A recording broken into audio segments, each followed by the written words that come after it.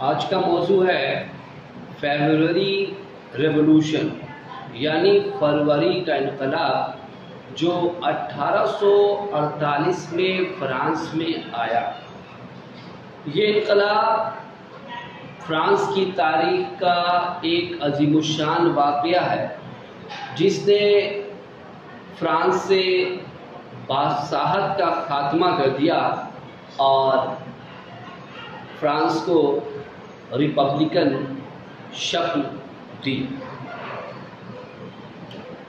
اب ہم دیکھیں گے کہ وہ کون سے وجوہات تھے جن کی بنا پر عوام نے بادشاہ لوئیس فلپ کے خلاف جو ہے بغاوت کا پرچم بلند کیا۔ سب سے پہلے دیکھیے کہ مختلف سیاسی جماعتوں کی مخالفت ہوا یوں کہ لوئیس فلپ جب فرانس کا بادشاہ بنایا گیا، فرانس میں جولائی مونارکی قائم ہوئی، تو ابتدائی زمانے میں اس نے جمہوری قدروں کی بڑا احترام کیا، عوامی ضروریات کا خیال رکھا اور بڑی مقبولیت حاصل کی۔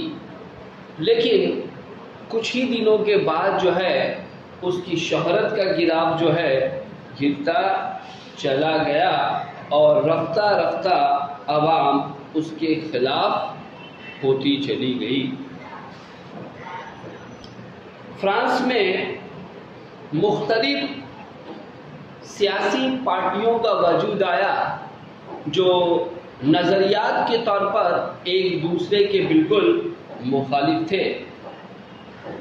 بادشاہت پرست سیاسی پارٹیاں جو تھیں وہ لوئیس فلپ کو فرانس کے تخت کا جائز وارث نہیں مانتی تھی، بلکہ ان کی نظر میں بوربون خاندان کے بادشاہی تخت کے حقدار تھے۔ ادھر دوسری طرف دیکھو گے، چونکہ فرانس مکمل طور پر ریپبلکن نہیں بن پایا تھا، تو ایسی سیاسی جماعتیں جو ریپبلکن حکومت کی خواہش مند تھی وہ بھی لوئیس فلپ کے خلاف تھی، اور نیپولین بوناپارٹ کے حمایتی چاہتے تھے کہ اس کا بھتیجا لوئی بوناپارٹ جو ہے فرانس کے تخت پر بیٹھے۔ تو ان تمام سیاسی جماعتوں کی مخالفت جو ہے لوئیس فلپ کے لیے بہت خطرناک ثابت ہوئی۔ دوسری بات یہ ہے کہ چرچ کے سلسلے میں لوئیس فلپ نے بہت سیکولر پالیسی اپنائی تھی۔ جیسا کہ ہم جانتے ہیں فرانسیسی انقلاب سے پہلے جو ہے وہاں چرچ کے اختیارات بہت زیادہ تھے، اور چرچ جو ہے مختلف طبقات سے مختلف قسم کے ٹیکس وصولا کرتی تھی۔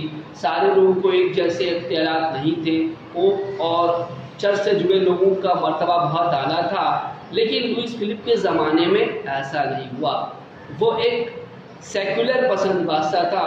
اس نے تمام لوگوں کو یکساں مذہبی حقوق دے رکھے تھے، اس لیے جو چرچ تھی وہ لوئیس فلپ کی بادشاہی کے سخت مخالف ہو گئی تھی اور چاہتی تھی کہ اس کی بادشاہت کو ختم کیا جائے۔ تیسرا نقطہ مزدوروں اور کسان کے طبقے کی جانب لاپرواہی۔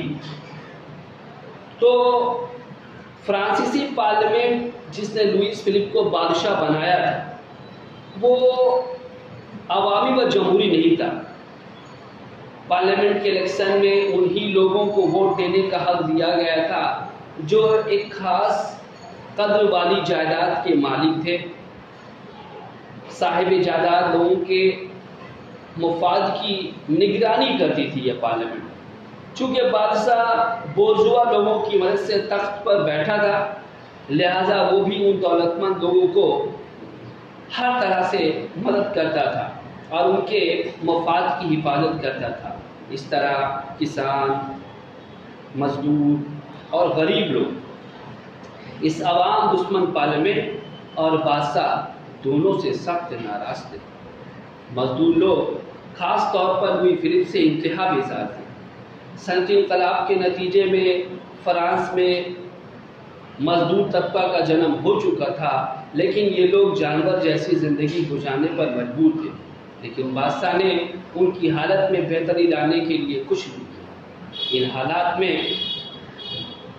اجتماعی تحریک نے مزدوروں کو اپنی جانب متوجہ کیا، ان کے اندر سیاسی شعور نے فروغ پایا اور وہ لوگ بادشاہ کو تخت سے بے دخل کرنے کی تحریک میں ہر طرح سے شامل ہوتے چلے گئے۔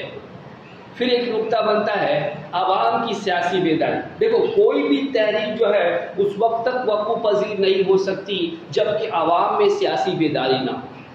عوام کی ذہنیت تیار کیے بغیر کبھی بھی کوئی تحریک لائی نہیں جا سکتی۔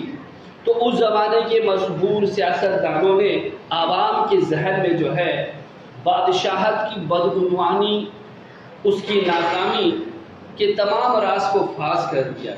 اب وہ چاہتے تھے کہ بادشاہ جو ہے لوگوں کو ان کے حقوق سے نوازے۔ عوام ان سیاستدانوں کی باتوں سے متفق تھے، لیکن بادشاہ نے ان کے مطالبات کو مکمل طور پر ٹھکرا دیا۔ جب ایسا کیا تو عوام بھڑک اٹھے اور انہوں نے احتجاج کرنا شروع کیا، تو سپاہیوں نے، بادشاہ کے سپاہیوں نے ان پر گولی چلا دی۔ 23 لوگ جان سے ہاتھ دھو بیٹھے اور بہت سے لوگ زخمی ہوئے۔ اب سارا پیرس شعلے کے مانند بھڑک اٹھا۔ 23 فروری 1848 کو فرانس نے تیسرے انقلاب کا مزہ چکھ لیا۔ لوگ ہتھیار لے کر سڑکوں پر اتر آئے۔ لوئس فلپ تخت سے محروم ہو کر انگلینڈ جان بچا کر بھاگا۔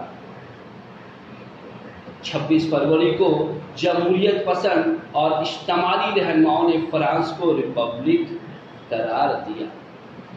اتنا بڑا انقلاب جس نے نہ صرف فرانس بلکہ پورے یورپ کو بری طرح متاثر کیا۔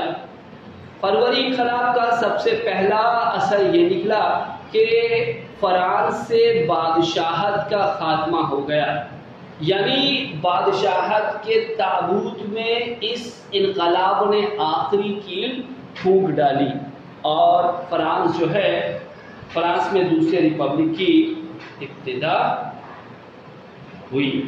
وہاں جمہوریت نے فروغ پایا۔ ہر بالغ شہری کو ووٹ دینے کا حق دیا گیا اور ووٹ کی بنیاد پر فرانسیسی پارلیمنٹ کا انتخاب عمل میں آیا۔ اور یہ انقلاب ایک ایسا انقلاب تھا جس نے نہ صرف فرانس سے بادشاہت کا خاتمہ کیا، فرانس کو عوامی یا ریپبلکن حکومت بنایا، بلکہ یورپ کے دیگر ممالک پر بھی خاصا اثر چھوڑا۔ وہاں بھی لوگ جو ہے بادشاہت اور مونارکی کے مظالم سے تھک چکے تھے، بیزار ہو چکے تھے، اور ان کے اندر بھی اس انقلاب کے ذریعہ جمہوریت اور قوم پرستی کے جذبے نے فروغ پایا اور جگہ بہ جگہ جو ہے بادشاہت کے خلاف جو ہے بغاوتوں کا پرچم جو ہے بلند ہونے لگا۔ بالٹک سے بیرون تک، فرانس سے روس تک 15 ممالک میں بغاوت ٹوٹ پڑی۔ ان ممالک میں قومی تحریکوں نے زور شور سے سر اٹھایا۔ لوئی کو سوت کی رہنمائی میں ہنگری میں قوم پرستوں نے زبردست تحریک چلائی۔ ہنگری کے پارلیمنٹ نے مارچ لاز پاس کیا، جس کے تحت پرانے جاگیردار نظام کا خاتمہ ہو گیا اور ملک میں جمہوری حکومت قائم ہوئی۔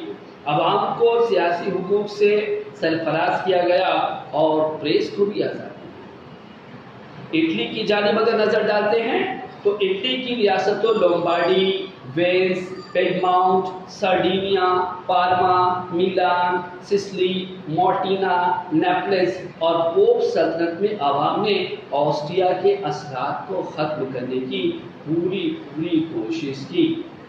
تو اس طرح کیا دیکھتے ہیں کہ جولائی کا انقلاب ایک ایسا انقلاب تھا جس نے نہ صرف فرانس کو بلکہ پوری دنیا کو متاثر کیا، اور یہی وہ انقلاب تھا جس نے فرانس سے بادشاہت کا نام و نشان مٹا دیا۔